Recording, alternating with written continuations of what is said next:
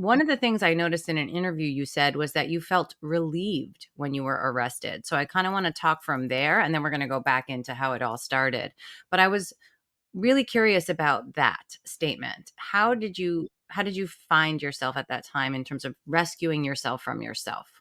So very great. I really enjoy, I'm really happy you picked that point because that really becomes the turning point in my life. And you, out of all of the interviews and all the things I've said in my life, that was probably the turning point of my life, right? Because when I was finally arrested, I had been running from both sides of the law, really, in my mind, for probably the better part of 7 years by this time, which was my 10th year in the police department. And I had been through drug and alcohol counseling, technically alcohol counseling only, and I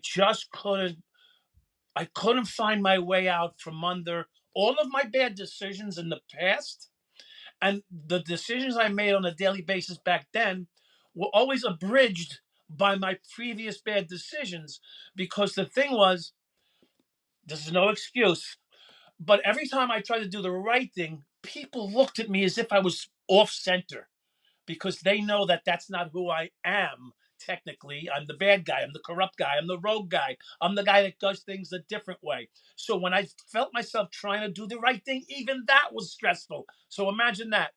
I had been a good cop, a rogue cop, a good cop, and I felt more comfortable as the rogue cop now.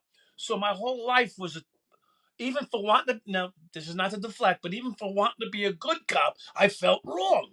And so I was living I use the word the dichotomy. I was living two opposites and sometimes four opposites, right? Because you got to be a husband, a father, a son to your parents, a brother to your brothers, your brother to your sister.